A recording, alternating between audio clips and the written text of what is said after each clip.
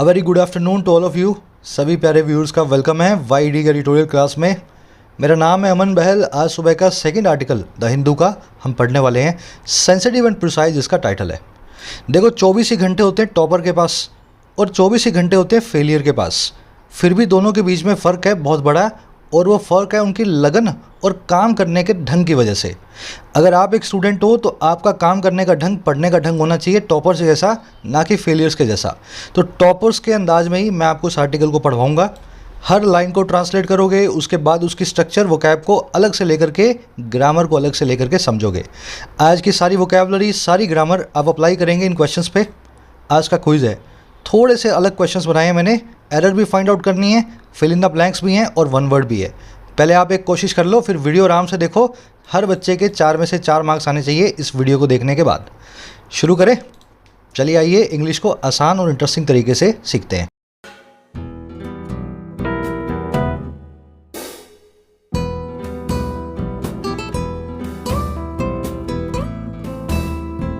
कह रहे sensitive and precise. देखिए प्रिसाइज का मतलब होता है सटीक, एग्जैक्ट, एक्यूरेट, एकदम निशाने पे कोई चीज़ होती है वो कहलाती है प्रिसाइज। और सेंसिटिव का मतलब होता है संवेदनशील, जो आपकी बात को, आपकी मजबूरियों को समझे। कह रहे जो भी चीज़ आई है ना नई वाली, उसको सेंसिटिव भी होना चाहिए और प्रिसाइज भी होना चाहिए, संवेदनशील भी होना चाहिए और एकदम सटीक भी होना चाहिए। अच्छा, किस चीज़ की बात हो रही है? On anti trafficking bill. ये जो नया बिल आया है, नया कानून आया है जो एंटी ट्रैफिकिंग है, ट्रैफिकिंग के खिलाफ है। अब ट्रैफिकिंग वर्ड को समझें, ट्रैफिक नाम के वर्ड से ही बना है। ट्रैफिकिंग का मतलब होता है ह्यूमंस की illegal buying and selling.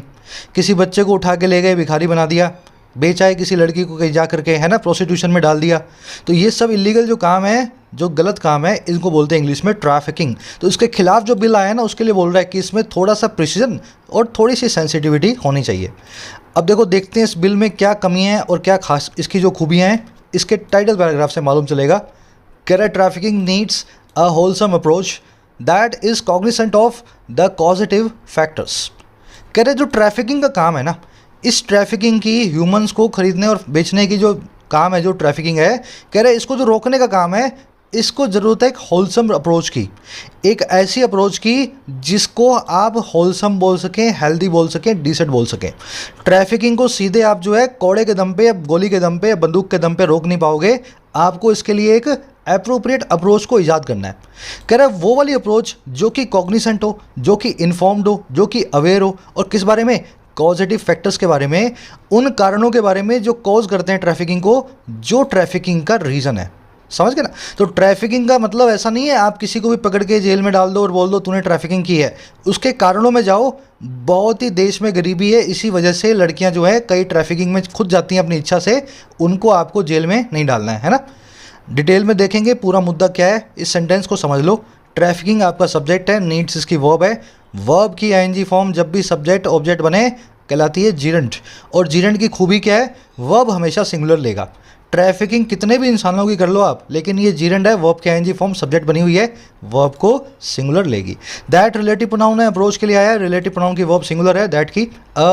Cognisant, aware, informed और कॉन्शियस, चारों का मतलब होता है किसी चीज़ के बारे में अवेयर होना, किसी चीज़ के बारे में इन्फॉर्म्ड होना, है ना, आपको पता होना। अब जिस भी चीज़ के बारे में आप अवेयर, इन्फॉर्म्ड, कॉन्शियस या कॉग्निसेंट हैं, हमेशा लगाएंगे ऑफ के साथ। समझ गए ना? अब अबाउट मत लगा देना, यहाँ पे एट मत लगा देना, आएगा इनके साथ में क्या? ऑफ। ये कॉग्निसेंट की स्पेलिंग को ध्यान करें। ये एस वाली स्पेलिंग है जो है ब्रिटिश, और जेड वाली जो स्पेलिंग है ये है आपकी अमेरिकन। दोनों ही स्पेलिंग सही हैं। इंडिया में हम ब्रिटिश इंग्लिश को फॉलो करते हैं, तो एस वाली स्पेलिंग आप ज़्यादा देखेंगे। पॉजिटिव हर वो चीज़ होती है जो कॉज करे, जो एक्ट करे एज ए कॉज, कॉन्ट्रीब्यूट करे, किसी चीज़ के पीछे कारण बने, पॉजिटिव कहलाती है। चलिए फटाफट से नज़र डालेंगे वोकैबुलरी पे, जो भी आज एडवांस वोकैबुलरी यूज़ हुई है। वीडियो को एक लाइक और एक शेयर दे देना। 10 मिनट अगर आपने वीडियो देखी है तो आप समझ जाओगे ऐसा कंटेंट यूट्यूब पे कहीं भी अवेलेबल नहीं है ना। साथ ही अगर आपका एग्जाम नज़दीक है एसएससी बैंक का और आप चाहते हैं कि इंग्लिश सेक्शन के ये टॉपिक्स कैसे अप्रोच करने हैं, आप सीखना चाहते हैं स्किल को, तो यूट्यूब पे 2 प्लेलिस्ट अवेलेबल हैं। होम पेज पे ही पेड प्लेलिस्ट हैं। इसमें 100 आवर्स का कंटेंट मिलेगा आपको इन सभी टॉपिक्स के ऊपर। आप इनको देख सकते हैं as a member. 3 membership plans हैं। ज्वाइन बटन पे प्रेस करो और इस वीडियो को प्ले करना। यहाँ आपको समझाया हुआ है कौन सी मेंबरशिप में आपको क्या मिलता है। मेंबरशिप रिलेटेड कोई भी क्वेरी हो इंस्टाग्राम पे पूछें। रात में ऑनलाइन आता हूँ आपकी क्वेरीज़ को रिप्लाई करने के लिए। अब अपनी वोकैबुलरी शीट है, सारी की सारे वर्ड्स हैं आप देख रहे हो।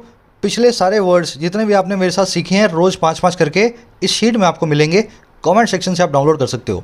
आज के वर्ड्स जो नए हैं ना, उसके साथ साथ कुछ पुराने वर्ड्स भी आज रिवीजन में आएंगे। जैसे एक वर्ड था वायरुलेंट, न्यूएंस और स्नफ आउट। वायरुलेंट वर्ड आपने सीखा हुआ है, इसका मतलब होता है बहुत ही ज़्यादा जहरीला हो या बहुत ही ज़्यादा हार्श हो। इसका एक सिनोनिम होता है परनीशियस, है ना। तो परनीशियस नाम का वर्ड आज आप इस आर्टिकल में देखोगे। वायरुलेंट से ही कलेक्ट कर देना इसको, परनीशियस, पॉइजनस, हार्श। दूसरा वर्ड है न्यूएंस, इसका मतलब होता है बारीकी, किसी चीज़ के अंदर का सटल डिफरेंस। न्यूएंस नाम का वर्ड भी आज आप फिर से देखने वाले हो, रिवाइज कर लेना।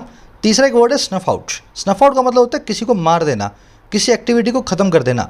जैसे फायर ब्रिगेड वालों ने स्नफ आउट कर दिया इस डेडली फायर को, मतलब किसी फायर को जो बुझा दिया।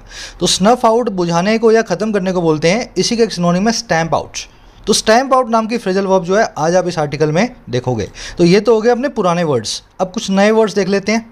पहला वर्ड है मिएंडर, फिर है टॉर्चुअस, ओवरजेलस, प्रिसाइज और होलसम। देखिए मिएंडर का मतलब होता है धक्के खाना, और किस तरीके से, गोल गोल, एमलेसली। आपको मैंने बोल दिया यार कुछ काम नहीं है तो आप घूमने चले गए, सारे शहर में गोल गोल घूम के आ गए, है ना, इधर उधर सड़कों पे। तो ये कहलाएगा आपका मेंडरिंग करने का काम। To follow an aimless and curved path, एक बिना एम के घूमे हुए रास्ते को फॉलो करना। जैसे after the tragedy her personal life started to mend. Tragedy के बाद उसकी व्यक्तिगत जो निजी ज़िंदगी है वो मेंडर करना शुरू हो गई, एमलेसली ड्रिफ्ट करने लगी। उसकी पर्सनल लाइफ में उसको पता ही नहीं था, एमलेस चल रही थी कर्व्ड पाथ पे, गोल घूमे हुए रास्ते पे। समझ गए। तो मेंडर के सिनोनिम होते हैं रोम करना, ड्रिफ्ट करना, दोनों ही धक्के खाने के सिनोनिम है। इसको एडजेक्टिव फॉर्म में यूज़ करें, मेंडरिंग, ऐसी चीज़ जो इधर उधर भटक रही हो, धक्के खा रही हो, मेंडरिंग। समझ गए। अब मेंडर से ही दूसरा वर्ड बनता है टॉर्चुअस। टॉर्चुअस का मतलब होता है कॉम्प्लिकेटेड, ट्रिकी, गोल घुमा हुआ। हर वो चीज़ जो सीधी नहीं है, जो जलेबी की जैसे टेढ़ी है, उसको हम बोलते हैं टॉर्चुअस। जैसे life is a hard and tortuous journey, ज़िंदगी जो है एक बहुत ही कठिन और टेढ़ी जर्नी है, टॉर्चुअस जर्नी है, कॉम्प्लिकेटेड जर्नी है ना। ये टॉर्चुअस जो वर्ड है ये मेंडर से बहुत जुड़ा हुआ है, क्योंकि मेंडर में आप धक्के खाते हो और टॉर्चुअस में वो रास्ता है जो धक्के खाने वाला है, कॉम्प्लिकेटेड रास्ता, है ना। गोल गोल रास्ता जिस पे आप घूमते हो ना, मेंडर करते हो, वही गोल गोल रास्ते को टॉर्चुअस रास्ता बोलते हैं। अब इसके सिनोनिम होंगे मेंडरिंग, कॉम्प्लेक्स या ट्विस्टेड, है ना। नाउन फॉर्म होती है टॉर्चुअसिटी। एक और वर्ड है ओवर जेलस, ये वर्ड बना है झील से। झील का मतलब होता है उत्साह, ओवर जेलस मतलब जिसमें ज़रूर से ज़्यादा उत्साह हो, जो हाइपर एक्टिव हो, जो हाइपर एक्साइटेड हो। आपने बोला एक करके आ गया 11, समझ गए ना, ओवर जेलस। हनुमान जी थे, जैसे संजीवनी बूटी लेने भेजा था, पूरा पर्वत उठा लाए, तो वो ओवर जेलस काम था हनुमान जी का। वैसे ही the new law has been accused of over jealous surveillance of the citizens. नया लॉ जो है अक्यूज़ हुआ है ज़रूर से ज़्यादा सर्विलेंस का अपने सिटीजन्स की सर्विलेंस नहीं करनी है, आतंकवादियों की करनी है। लेकिन ये लॉ ऐसा है, ये हर आदमी की सर्विलेंस करता है, ज़रूर से ज़्यादा एक्टिव है, हाइपर एक्साइटेड है। समझ गए। फेनेटिक इसका एक सिनोनिम होता है ओवर जेलसनेस, इसका नाउन फॉर्म है। प्रिसाइज आपको मैंने बता दिया, एग्जैक्ट हो, एक्यूरेट हो, एकदम ठीक निशाने पे हो, सटीक हो। The management has issued precise directions for the workers. Management ने बिल्कुल सटीक डायरेक्शंस को, दिशा निर्देशों को वर्कर्स के लिए इश्यू किया है। कितने बजे आना है, कितने बजे जाना है, कितना काम करना है, कितने पैसे मिलेंगे, ये सब कुछ सटीक टर्म्स में बताया गया है ना, प्रिसाइज। इसको वेल डिफाइंड बोल दो, अनएम्बिग्यूअस बोल दो, क्लियर कट बोल दो, जो बोलना चाहो, सिनोनिम है प्रिसाइज के। लास्ट वर्ड है अपना, इसका नाउन फॉर्म देख लेना, प्रिसीजन। किसी चीज़ के एक्यूरेट होने की क्वालिटी, एक्यूरेसी या एग्जैक्टनेस कहलाती है प्रिसीजन। लास्ट वर्ड है होलसम, इसका मतलब होता है हेल्थफुल या हेल्दी, जो आपके लिए डिसेंट हो, अप्रोप्रिएट हो, चाहे शारीरिक तौर पे, चाहे मानसिक तौर पे, चाहे आपकी ज़िंदगी के लिए अच्छा हो। जो भी चीज़ अच्छी है ना आपके लिए, वो होलसम कहलाएगी। जैसे children need a wholesome environment to grow physically and mentally. बच्चों को ज़रूरत है एक हेल्दी एनवायरनमेंट की, फिजिकली और मेंटली ग्रो करने के लिए। अब ये एनवायरनमेंट हर तरफ से अच्छा हो। होलसम का एक एडवांस वर्ड है, एडवांस सिनोनिम है सेल्यूब्रियस। कभी आएगा, इसको फिर से बताऊंगा। दोनों एक दूसरे के सिनोनिम होते हैं, हेल्थफुल होते हैं। जब मैं एडवांस बोलूं किसी वर्ड को, समझ लेना सर ने किसी ना किसी एग्जाम्स में इसको एक से ज़्यादा बार देखा है, तभी आपको बता रहे हैं, ठीक है। आया हुआ एग्जाम्स में, इसीलिए एडवांस बोलता हूँ मैं।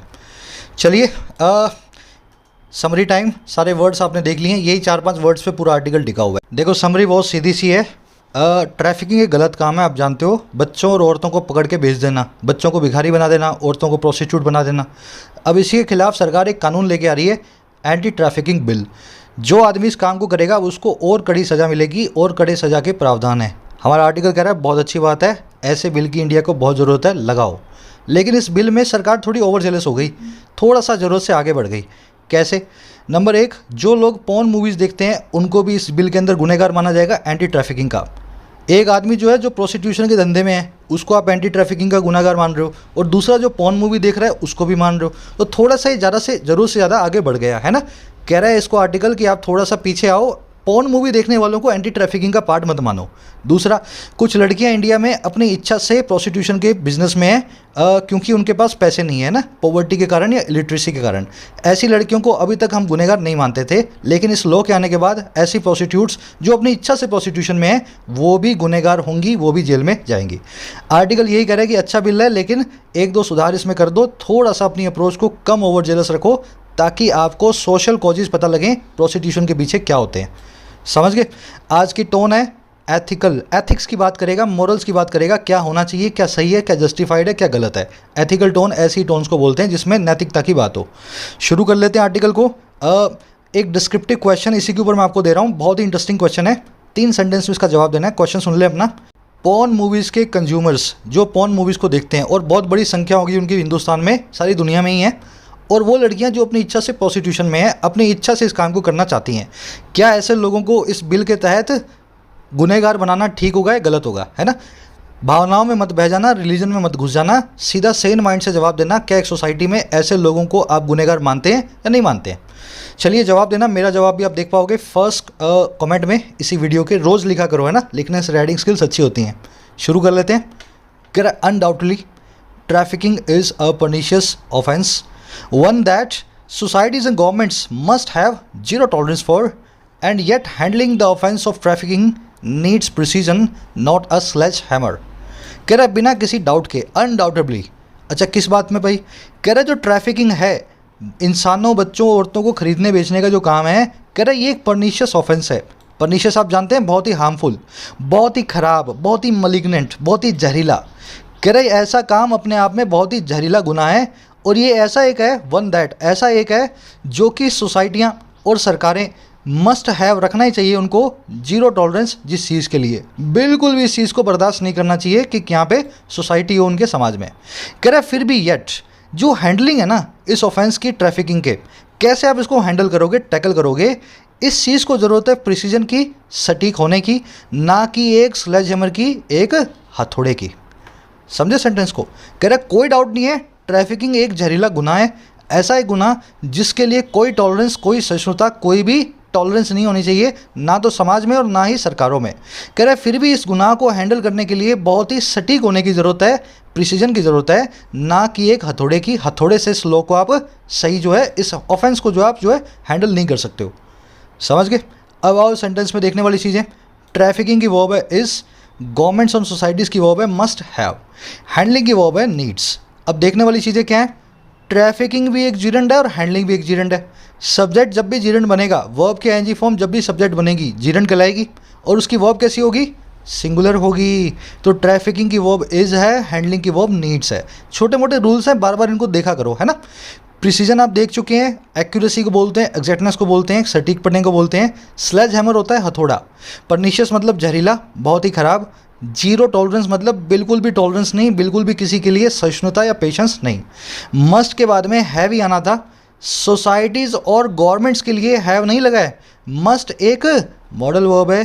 13 की 13 मॉडल वर्ब अपने बाद में हैव फैमिली का सिर्फ और सिर्फ हैव लेती है। यहाँ पे हैज़ आ ही नहीं सकता, हैड आ ही नहीं सकता। समझ गए ना? मॉडल वर्ब के बाद जब भी आएगा तो हैव ही आएगा, हैज़ या हैड दोनों नहीं आते हैं। चलो आगे बढ़ते हैं। स्ट्रक्चर ज़रूर देखा करो सेंटेंस की कैसे बनी है ना। कह रहा है in its current form the draft trafficking in persons prevention care and rehabilitation bill 2021 seems to be lacking in nuance even if well intentioned to stamp out exploitative trafficking। अब बता रहा है इस बिल की अच्छाई और बुराई। कह रहा है अपनी करंट फॉर्म में, अपने हाल के रूप में, ये जो बिल है ना, देखो बिल का मतलब होता है एक ऐसा कानून जिसका कानून बनना बाकी है। जैसे ही ये पास हो जाएगा ये बन जाएगा एक्ट। समझ गए ना? कह रहा है अपनी करंट फॉर्म में ये जो अस्थायी कानून है, बिल है 2021 का, जिसका इतना बड़ा सा नाम है। कह रहे ये कानून दिखाई देता है लैक करता हुआ, कम होता हुआ। लैकिंग मतलब किसी चीज़ में कम होना, और किस में? न्यूआंस में, बारीकियों में। इस बिल में बारीकियों के ऊपर ध्यान नहीं दिया गया है।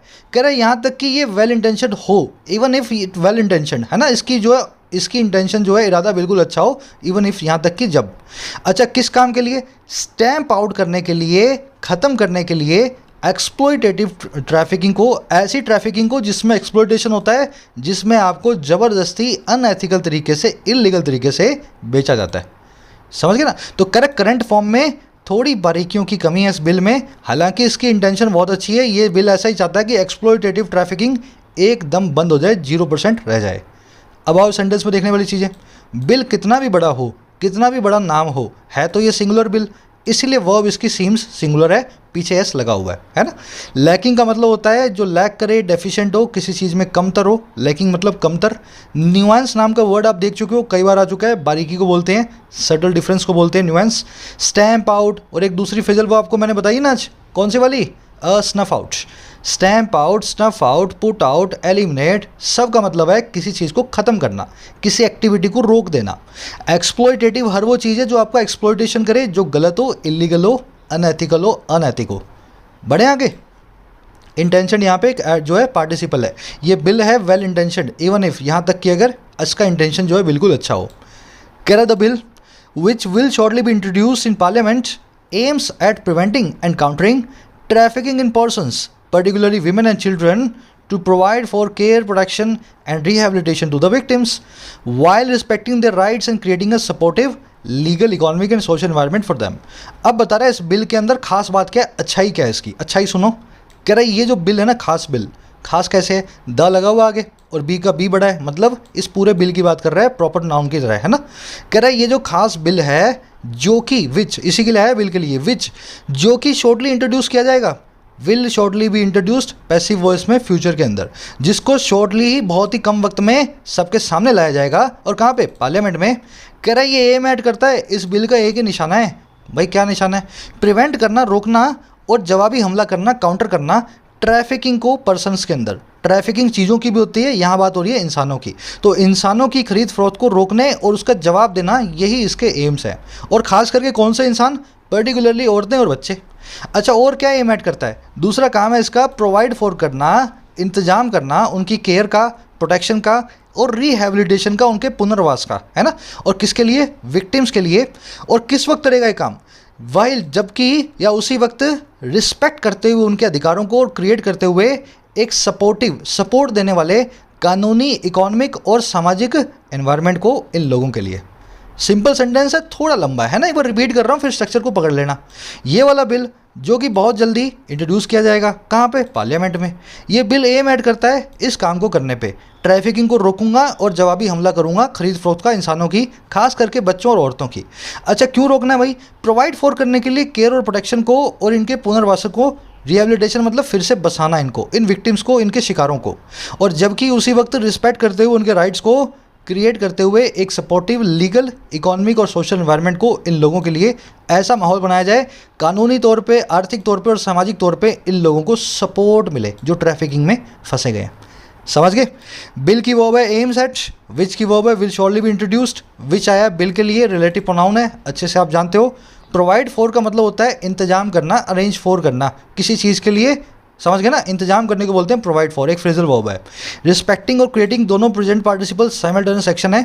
जब इन विक्टिम्स के लिए इंतजाम किया जाएगा इन चीज़ों का, उसी वक्त उनके राइट्स का रिस्पेक्ट किया जाएगा और इस एनवायरनमेंट को उनके लिए क्रिएट किया जाएगा। वर्ब की आईएनजी फॉर्म जब जब साइमल्टेनियस एक्शन को बताए तब कहलाती है प्रेजेंट पार्टिसिपल साइमल्टेनियस एक्शन। चलिए आगे बढ़े। बहुत इजी है, इसलिए थोड़ा सा फास्ट प्रोसेस कर रहा हूँ, स्पीड को एडजस्ट कर लिया करो। यूट्यूब में आपको ऑप्शन मिलता है, मेरी स्पीड ज़्यादा और कम कर सकते हो। कह रहा है this is the bill's second iteration, the first being pass in Lok Sabha in 2018 but then meandered into nothingness as it was never introduced in the upper house। कह रहा है ये जो है ना, दिस इज़ क्या है भाई? बिल की सेकेंड आइटरेशन है। आइटरेशन मतलब पुनरावृत्ति, रेपिटिशन। कह रहा है ये बिल दूसरी दफ़ा हम देख रहे हैं, सेकंड आइटरेशन है। अब देखो पहली बार कब आया था? पहला वाला पास हुआ था लोकसभा में 2018 में, लेकिन फिर मिएंडर कर गया, फिर धक्के खा गया नथिंगनेस के अंदर, खो गया, धक्के खाता हुआ नथिंगनेस में, है ना, बिल्कुल जीरो हो गया वो बिल। कह रहा है क्योंकि ये कभी भी इंट्रोड्यूस नहीं किया गया था अपर हाउस में, राज्यसभा के अंदर। तो ये सेकेंड बार बिल हम देख रहे हैं। पहली बार आया था लेकिन लोकसभा में आया और उसके बाद खो गया कहीं पे और राज्यसभा में पहुंचा ही नहीं। अब इस सेंटेंस में देखने वाली कई चीज़ें हैं। दिस की वर्ब है इज, फर्स्ट की वर्ब है बीइंग पास्ट, फर्स्ट की वर्ब है meandered, है ना, बीइंग पास्ट यहाँ पे पार्टिसिपल है, इसको मैं समझाऊंगा अभी डिटेल में देखना। फर्स्ट की वर्ब है meandered, इट की वर्ब है वॉज नेवर इंट्रोड्यूस्ड। नथिंगनेस होती है ऐसी चीज़ जिसमें जीरो हो जाओ आप, है ना, कुछ भी आप में बचे ही ना, तो बिल में पहले वाले में कुछ बचा नहीं, नथिंगनेस में वो चला गया। meander नाम का वर्ड आप देख चुके हो, फॉलो करना एक एमलेस या कर्व्ड पाथ को, धक्के खाना, खो जाना। रिआइट्रेशन का मतलब होता है रेपिटेशन, किसी चीज़ का दूसरी बार होना। अब एक ग्रामर कॉन्सेप्ट करेंगे बड़ा वाला, पहले उससे पहले छोटा वाला आप देखो। आप देखो लोकसभा के आगे द लगा हुआ है, फिर आप देखो अपर हाउस के आगे भी द लगा हुआ है, अपर हाउस का यू भी बड़ा है, एच भी बड़ा है। अपर हाउस को हमने यू और एच बड़ा लिख के लिखा है हमने कि ये राज्यसभा है ना, राज्यसभा के लिए अपर हाउस लिख रहे हैं। इसके आगे भी द है, लेकिन पार्लियामेंट के आगे द नहीं लगा हुआ, पी इसका बड़ा है।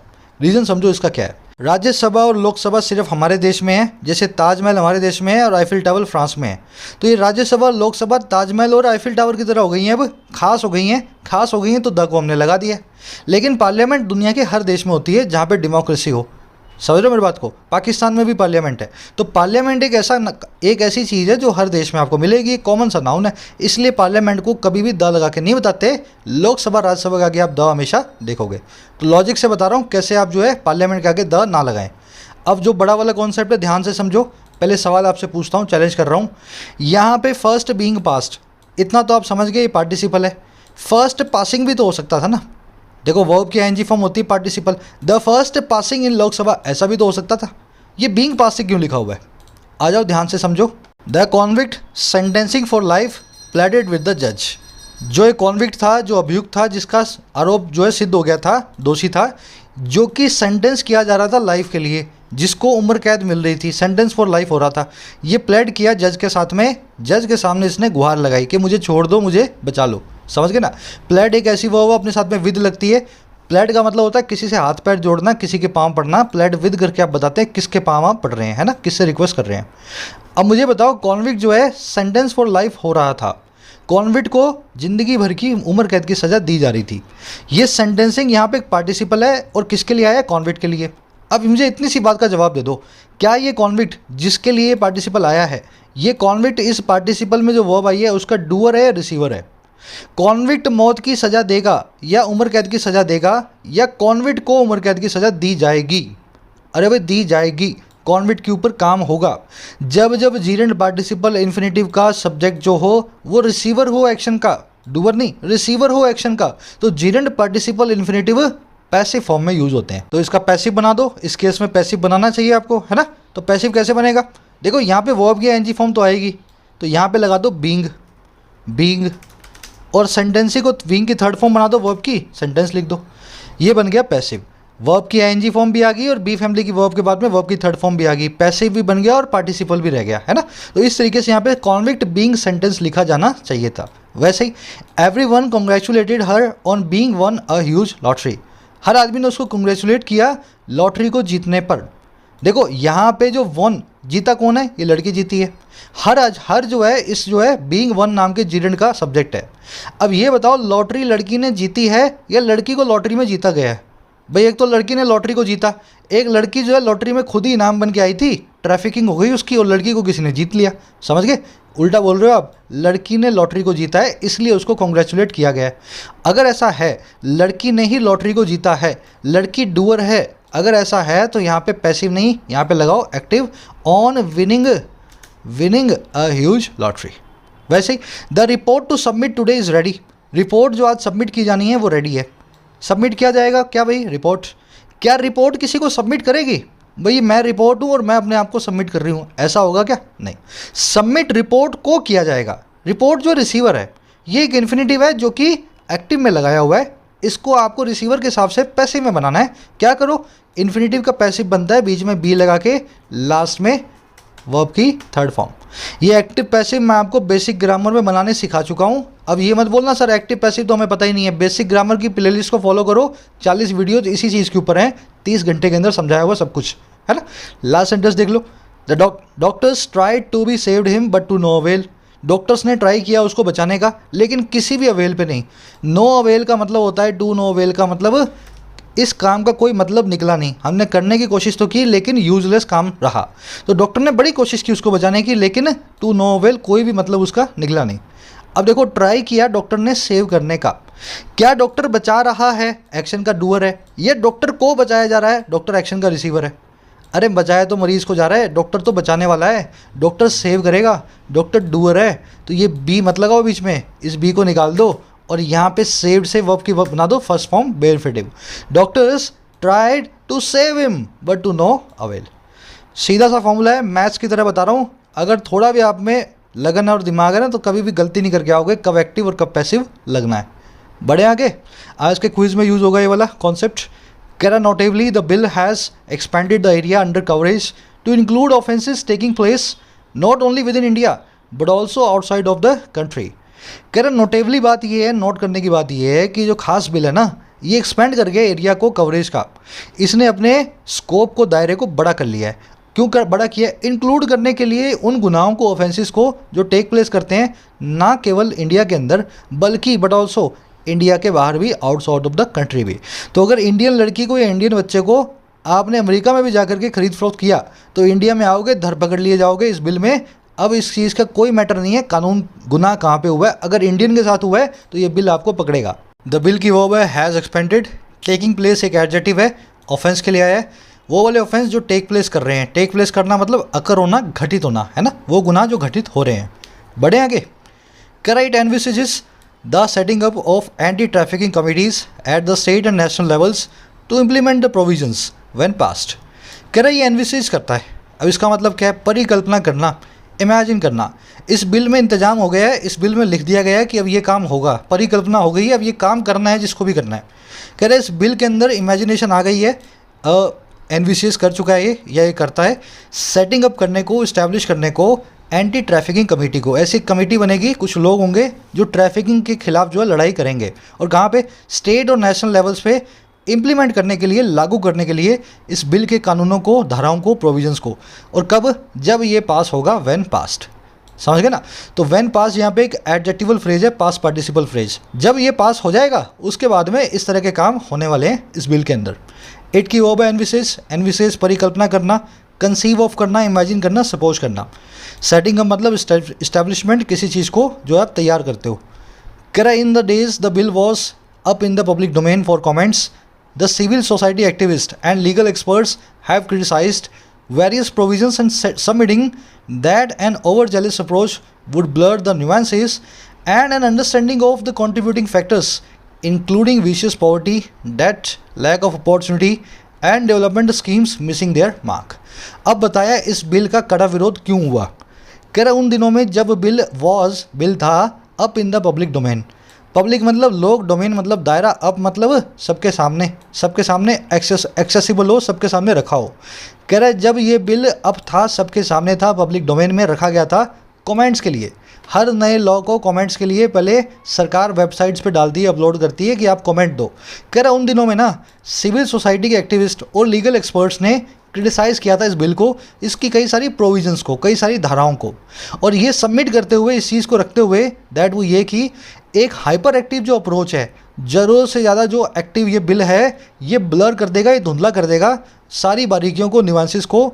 और कह रहा है एक अंडरस्टैंडिंग जो है ना कंट्रीब्यूटिंग फैक्टर्स की, एक समझ जो है ऐसे फैक्टर्स जो कंट्रीब्यूट करते हैं, जिसमें शामिल है विशियस पॉवर्टी, बहुत ज़्यादा गरीबी, कर्जा, डेट, लैक ऑफ अपॉर्चुनिटी का अभाव, और डेवलपमेंट स्कीम्स जो हैं उनका जो मिस द मार्क करती हैं, जो स्कीम जो है जिस काम के लिए बनी है उस काम से जो है मिस हो जाती हैं, वो काम कर नहीं पाती हैं। तो इनका यही कहना है, क्रिटिसाइज़ करते हुए इन्होंने यही सबमिट किया कि ये अप्रोच जो है ना इस तरह की, ये बिल्कुल धुंधला कर देगी सारी बारीकियों को और इस अंडरस्टैंडिंग को, किस वजह से गुनाह हुआ है। कोई लड़की गरीबी की वजह से प्रोस्टिट्यूशन में है, या फिर उसको प्रोस्टिट्यूशन में धकेला गया है किसी की वजह से, या वो अपनी इच्छा से प्रोस्टिट्यूशन कर रही है। इस चीज़ के लिए बिल कोई तवज्जो देता नहीं है, कोई बारीकी को समझता नहीं है, ऐसा इनका कहना है। समझ गए?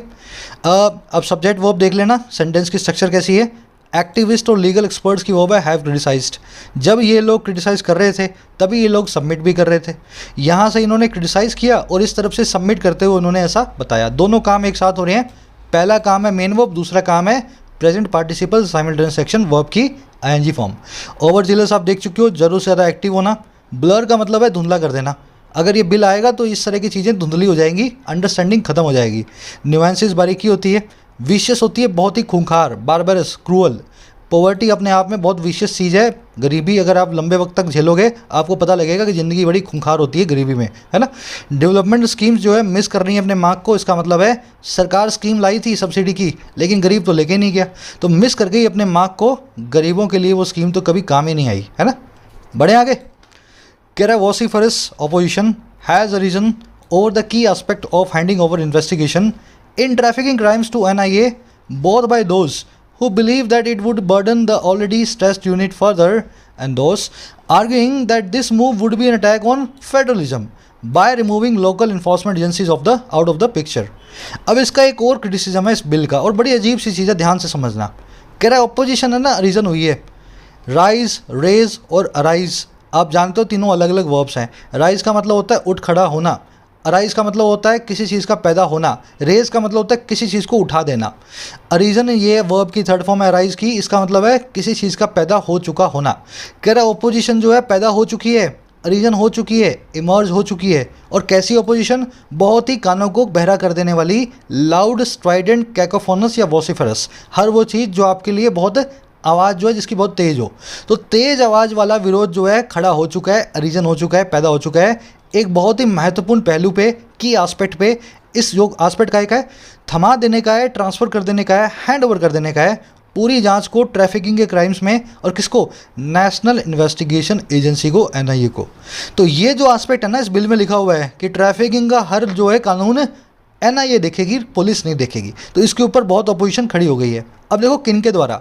दोनों के द्वारा ही। पहला तो बता रहा है वो लोग दोस्त जो ये मानते हैं कि ये बर्डन करेगा और ज़्यादा बर्डन डालेगा पहले से ही बर्डन में आई हुई यूनिट पे और ज़्यादा। समझ रहे हो बात को? NIA के पास इतने केस हैं कि ये संभाल ही नहीं पा रही। अब जो है लड़कियों के प्रोस्टिट्यूशन के केस भी अगर ये देखेगी तो उन लोगों ने बड़ा इसको अपोज किया है कि इस तरह से आप NIA को और ज़्यादा बर्डन कर रहे हो। तो एक तो इस टाइप के लोग हैं, और दूसरे कौन से हैं? वो वाले दोस्त जो आर्ग्यू करते हैं कि ये जो मूव है ना ये होगा, वुड बी एक हमला फेडरलिज्म पे। फेडरलिज्म होता है संघवाद पे। और कैसे? रिमूव करके लोकल इन्फोर्समेंट एजेंसीज को आउट ऑफ पिक्चर। पहला काम है स्टेट की पुलिस को किसी काम को करने का, फिर पुलिस के बाद वो जो है जांच CBI या NIA में जानी चाहिए। हमारा स्टेट का संघवाद यही कहता है हमारे देश का कि स्टेट और फेडरल जो सेंट्रल गवर्नमेंट है मिल करके काम करेंगी, है ना। तो उनका कुछ लोगों का ये भी कहना है कि सीधे NIA के पास जाएगी तो पुलिस को तो आपने बीच में से निकाल दिया, संघवाद पे सीधा सीधा अटैक है। समझ गए? ऑपोजिशन की वर्ब है हैज़ रीजन, हु की वर्ब है बिलीव, हु आया इन दोज नाम के लोगों के लिए। अच्छा, इट की वर्ब है वुड, बर्डन। दिस मूव की वर्ब है वुड बी। अब वर्ड्स देख लो सारे। वॉसिफेरस मतलब कानों को बहरा करने वाला, रीजन मतलब जो इमर्ज हुआ हो, जो पैदा हुआ हो, हैंड ओवर करना मतलब ट्रांसफ़र करना, थमा देना, स्ट्रेस मतलब जो कि खिंचा हुआ हो, स्ट्रेस्ड हो, जिस पे थोड़ा दबाव पड़ा हो। और कुछ देखने वाला है नहीं। बढ़े आगे। कह रहा अनदर की criticism of the bill has been its broad definitions of the victims smacking of refusal to consider consensual sexual activity for commerce। अब ये बहुत अच्छा एस्पेक्ट है, ध्यान से समझो। कह रहा है एक दूसरा की क्रिटिसिज्म है, एक दूसरा महत्वपूर्ण आलोचना है इस बिल की, द बिल की। कह रहा हैज़ बिन वो रही है, इसकी बहुत बड़ी डेफिनेशन, इसकी बहुत बड़े दायरे वाली परिभाषा विक्टिम्स की। कह रहा है जो वो ऐसी डेफिनेशन है जो स्मैक ऑफ करती है, जो कि रीक ऑफ करती है, जिसमें से बू आती है। स्मैक ऑफ का मतलब है किसी चीज़ में से आपको आभास होना, बू आना। कह रहे ये वो डेफिनेशन है विक्टिम्स की जिसमें से आपको बू आएगी। एक रिफ्यूज़ल की, मनाही की, कंसीडर करने का रिफ्यूज़ल, मानने का रिफ्यूज़ल इस चीज़ को, और किसको? आपसी सहमति से सेक्सुअल एक्टिविटी को, कॉमर्स के लिए। तो अभी तक इंडिया में ऐसा नहीं है कि कोई लड़की अपनी इच्छा से सेक्सुअल एक्टिविटी में इन्वॉल्व होती है प्रोस्टिट्यूशन में तो उसको आप जो है जेल में डालोगे। ऐसा इंडिया में लॉ नहीं है। आप कर सकते हो, कोई भी लड़की चाहे तो कर सकती है। लेकिन इस बिल में आने के बाद अगर कोई लड़की कंसेंशुअल सेक्सुअल एक्टिविटी करे तो उस लड़की और उस लड़की का ग्राहक दोनों के दोनों जेल में जाएंगे। अब ऐसा लगता है इस बिल में से ऐसी बू आती है। समझ गए ना? तो एक बड़ा जो है चेंज आने वाला है इस बिल के बाद में। क्रिटिसिज्म की वर्ब है हैज़ बीन। अब ये स्मैक ऑफ और रीक ऑफ नाम की फ्रेजल वर्ब को देखना। स्मैक ऑफ और रीक ऑफ का मतलब होता है बू आना। हिंदी फिल्मों में आपने देखा होगा, वो जहांगीर को बोलता है उसका बाप, तुम्हारी बातों से बगावत की बू आती है। तो वो जो बू आती है ना बगावत की, वो स्मैक ऑफ या रीक ऑफ नाम की फ्रेजल वर्ब बताती है अंग्रेजी में। योर प्रपोजल स्मैक्स ऑफ या रीक्स ऑफ डिसऑनेस्टी। आपके प्रपोजल से हमें बेईमानी की बू आ रही है। जो आप बता रहे हो ना आप दोगे, लग नहीं रहा आप दे पाओगे, बेईमान हो आप, ऐसा हमें लग रहा है देख करके। ऑफ ही लगाना, इसके बाद में कभी एट या इफ़ या कुछ और मत लगाया ना। प्रपोजिशन स्मैक या रीक के बाद में ऑफ आएगी अगर ये वाला मीनिंग चाहिए तो। The whole election campaign smacked या रीक्ड ऑफ फ्रॉड्स, पूरा का पूरा जो चुनाव अभियान था उसमें से फ्रॉड्स की, जालसाजी की बू आती है। सुन के समझ के ये लगता है कि पूरा का पूरा चुनाव जो है गलत है, इसमें धांधली हुई है। समझ गए ना? चलो आगे बढ़े। कंसेंशुअल होता है आपसी सहमति से, जिसमें कोई जो है जिद ना हो, किसमें जिसमें कोई भी जो है दबाव ना हो, कंसेंशुअल होती है हर वो चीज़। कह रहा this would only land up criminalising sex work and victimisation of the exploited. अगर ऊपर वाली पूरी चीज़ लैंड अप करवाएगी। लैंड अप का मतलब होता है खास सिचुएशन में पहुंचना या पहुंचा देना। समझ गए ना? लैंड होता है ना, प्लेन कहीं पहुंच जाता है। तो कह रहा है ऊपर वाली चीज़ लैंड करवाएगी क्रिमिनलाइज करने की तरफ सेक्स की एक्टिविटी को, अपनी इच्छा से किए जाने वाले प्रोस्टिट्यूशन को क्रिमिनल बना देगी, है ना? और विक्टिमाइजेशन करवाएगी एक्सप्लॉइटेड का। अब आपको किसी लड़की को गलती से पकड़ के कोई ज़बरदस्ती लेकर के भी गए हैं, लेकिन पूरे केस में उस लड़की का भी नाम है ना? ज़बरदस्ती उसको एक्सप्लॉइट करके उससे सेक्सुअल एक्टिविटी में उसको लगाया गया है, लेकिन इस लॉ के हिसाब से अब वो लड़की भी जो है उसको आप जो है गुनहगार मान के जेल में डाल सकते हो। विक्टिमाइजेशन हो जाएगा एक्सप्लॉइटेड का। दिस की वर्ब है वुड ओनली लैंड अप। चलिए आगे बढ़ते हैं। लॉ अच्छा है ये, लेकिन बहुत ज़्यादा कड़ा है। इतना कड़ा है कि गधे और घोड़े में भेद नहीं कर रहा है ना? कर bringing pornography into the definition of sexual exploitation would not allow even for any adult consumption of non-exploitative consensual material। अब ये भी हंसी की बात है। कह रहा ब्रिंग करना पोर्नोग्राफी को, पॉर्न मूवीज़ को देखने के काम को, और किसमें? परिभाषा में सेक्सुअल एक्सप्लॉइटेशन की। इस बिल के हिसाब से पॉर्न मूवी देखने वाले भी प्रोस्टिट्यूशन के गुनहगार हैं, उनकी वजह से ही लड़कियों को इस धंधों में धकेला जाता है। तो कह रहा है इस काम को करने वाले जो लोग हैं ना, ये जो उस काम को लाने का जो काम है पोर्नोग्राफी को, कह रहा है ये अलाउ नहीं करेगा, ये आपको इजाज़त नहीं देगा इवन अडल्ट कंजम्पशन की, 18 साल के बाद देखने को, और किसको? एक्सप्लॉइटेड, बिना एक्सप्लॉइटेशन के कंसेंशुअल मटेरियल को। पॉर्न स्टार्स जिनका एक्सप्लॉइटेशन नहीं होता है, जो कि अपनी इच्छा से मूवीज़ बनाती हैं, ऐसी पॉर्न स्टार्स के अपनी इच्छा से बनाए हुए मटेरियल को देखने पे भी आप पे बैन लगेगा। आपको माना जाएगा कि आप जो है इस तरह के गलत आदमी हैं। ब्रिंगिंग एक जीरेंड है, इसकी वर्ब है would not allow. Allow for एक फ्रेजल वर्ब होती है, इसका मतलब होता है किसी काम की इजाज़त देना, है ना? Allow for. अडल्ट कंजम्पशन मतलब ऐसा कंजम्पशन जब आप एडल्ट होकर किसी काम को करो। कह रहा reporting of offences has been made mandatory with penalties for non reporting, but those with an understanding of the tortuous processes point to the fact that victims often do not want a complaint to be recorded। कह रहे reporting है जो offences की, वो made कर दी गई है mandatory. कोई भी ऑफेंस हो तो उसकी रिपोर्टिंग होगी, मैंडेटरी काम है, ज़रूरी काम है, बिना किसी अपवाद के। और किसके साथ में? पेनल्टीज़ लगेंगी नॉन रिपोर्टिंग के लिए। अगर रिपोर्ट नहीं किया गया तो नॉन रिपोर्टिंग की पेनल्टियाँ लगने वाली हैं। कह रहे लेकिन वो लोग, दोस्त जिनको अंडरस्टैंडिंग है, जिनको पूरी समझ है इस घुमावदार टॉर्चुअस प्रोसेस की, इस सीधी सीधी नहीं, घुमावदार जलेबी जैसी सिस्टम की, कह रहा है वो पॉइंट टू करते हैं फैक्ट की तरफ कि विक्टिम्स जो हैं अक्सर नहीं चाहते हैं एक कंप्लेन रिकॉर्ड किया जाना। अगर आपके साथ विक्टिमाइजेशन हुआ है, किसी गलत काम को आपके साथ ज़बरदस्ती किया गया है, लेकिन फिर भी आप रिपोर्टिंग से पीछे हटते हो, क्योंकि रिपोर्टिंग की प्रोसेस ऐसी है कि उसके बाद में आपका टॉर्चर ज़्यादा होता है। पुलिस वाले आपको बुलाते हैं, बार बार सवाल पूछते हैं। तो ये जो रिपोर्टिंग है इसमें मैंडेटरी हो गई है, लेकिन हमारे जो कानून के जानकार वो ये बोलते हैं कि कानून को आसान बनाना चाहिए, क्योंकि विक्टिम्स आज भी रिपोर्ट करवाने से डरते हैं, और अब आप उन पर पेनल्टी लगाओगे रिपोर्ट नहीं करवाया तो। समझ गए मेरी बात को? रिपोर्टिंग की वर्ब है हैज़ बीन मेड, दोज की वर्ब है पॉइंट टू, विक्टिम की वर्ब है often do not want. Often का मतलब होता है अक्सर, है ना? इसमें टी बोल दो चाहे साइलेंट छोड़ दो, एक ही बात है। ऑफ्टन भी ठीक है और ऑफन भी ठीक है। बढ़े आगे। टॉर्चुअस वर्ड देख लेना अभी जो किया आपने। हाँ, टॉर्चुअस से मिलता जुलता एक वर्ड है टॉर्चरस। ये टॉर्चुअस तो आपका हो गया घुमावदार, जिग जैग, कॉम्प्लिकेटेड। टॉर्चरस का मतलब है जिसमें टॉर्चर भरा हो, जिसमें बहुत ज़्यादा आपके लिए परेशानी का सबब हो, वो चीज़ होती है टॉर्चरस, है ना? तो इस आर से ये वर्ड पूरा बदल जाता है। टॉर्चरस अलग वर्ड है, टॉर्चुअस अलग वर्ड है। बढ़ेंगे आगे। कह रहा the mention of the death penalty for various forms of aggravated trafficking offences needs to be flagged too. कह रहे जो मेंशन है डेथ पेनल्टी का, मौत की सज़ा का, अलग अलग तरह के ट्रैफिकिंग ऑफेंसेस के लिए जो एग्रावेटेड है, जो बहुत ख़राब है। एग्रावेटेड कानून की भाषा में कहलाता है बहुत ही सीवियर हो, बहुत ही ख़राब हो, हज़ारों लड़कियों की ट्रैफिकिंग कर दी है ना? इस तरह का जो ऑफेंस है ख़राब वाला। कह रहा है इस मेंशन को भी ज़रूरत है फ्लैग किए जाने की, पॉइंट आउट किए जाने की, इस पर बहस होने की। क्या इस तरह के लोगों को डेथ पेनल्टी देने से इस तरह के जो है ऑफेंस कम होते हैं या बढ़ते हैं? इस चीज़ की तरफ हमें गौर करना है। इस मेंशन को भी फ्लैग किया जाना है। समझ गए ना? मेंशन की वो बाय नीड्स।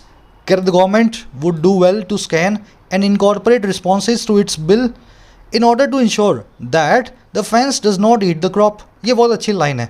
कह रहा सरकार बड़ा अच्छा काम करेगी, वुड डू वेल। क्या करने का भाई? स्कैन करने का, ढूंढने का और इनकॉर्पोरेट करने का, शामिल करने का रिस्पॉन्सेज को इस बिल के सामने। अगर सरकार इसको कर दे तो बड़ा अच्छा हो जाएगा, सबकी बात को सुन ले, सबके रिस्पॉन्स को इंक्लूड कर ले। और क्यों करे ये? इन ऑर्डर टू उस काम को करने के लिए इंश्योर, क्या चीज़ भाई, कि जो फेंस है वही क्रॉप को ईट नहीं करती है। ये एक इडियम है इंग्लिश में। इसका मतलब क्या होता है? देखो, तारबंदी होती है फेंस, क्रॉप का मतलब होता है फसल। फसल के चारों तरफ आपने तारबंदी की कि फसल को बचाया जा सके, लेकिन ये तारबंदी ही की वजह से आपकी फसल जो है तबाह हो गई। तारबंदी जो है, तार ही आपकी फसल को खा गई, ऐसा समझो। तो fencing itself eating the crop, इस ईडियम का मतलब होता है रक्षक जब भक्षक बन जाएं, है ना। पुलिस वालों को इतनी पावर मत दे दो कि ऐसा ना हो कि उनकी वजह से लड़कियां परेशान हो, ट्रैफिकिंग वाली। क्रॉप को बचाने के चक्कर में जो फेंसिंग आप लगा रहे हो उस लॉ की, इस लॉ की वजह से ही विक्टिम परेशान हो जाए। तो कह रहा है सरकार को सबकी बात को सुनना चाहिए, लॉ की वजह से परेशानी का सबब जो है, लॉ जो है ना बने आगे जा करके, इस चीज़ को इंश्योर करने के लिए। ये सेंटेंस गलत है, एक्चुअल में ये होना चाहिए फेंसिंग या the fence does not eat the crop. सरकार को इंश्योर करना है कि रक्षक भक्षक ना बने, है ना। तो नोट लगाना बीच में भूल गया, चलो आप तो समझ गए होंगे। इनकॉर्पोरेट करना होता है शामिल करना, गवर्नमेंट की वो है वुड डू वेल। कह रहा है while sexual exploitation and trafficking can be ghastly crimes invoking public horror for the state to not employ a wholesome approach cognizant of the causative factors, one that would be sensitive and precise would be equally horrific। कह रहे जहाँ पे sexual exploitation और trafficking जो है, लोगों को sexually exploit करना और उनकी खरीद फरोख्त करना, कह रहा है ये हो सकते हैं घासली क्राइम्स, भयावह जो है ऑफेंस। ये ऐसे गुनाह हैं जिनको आप सोच भी नहीं सकते, है ना, एकदम डराने वाले जो है गुनाह है। और ये ऐसे गुनाह भी हैं जो इन्वोक करते हैं, जगाते हैं पब्लिक हॉरर को, लोगों में डर को। कह रहे जहाँ पे ये क्राइम्स बहुत गंदे क्राइम्स हैं।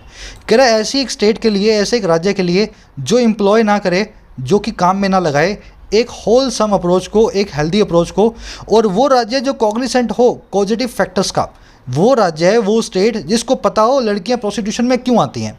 कह रहा और ऐसी अप्रोच वन जो कि हो सेंसिटिव और प्रिसाइज, जो कि संवेदनशील भी हो और बड़ी सटीक भी हो। कह रहा ऐसी एक स्टेट के लिए इस तरह के काम को ना करना उतना ही बराबरी में हॉरिफिक है।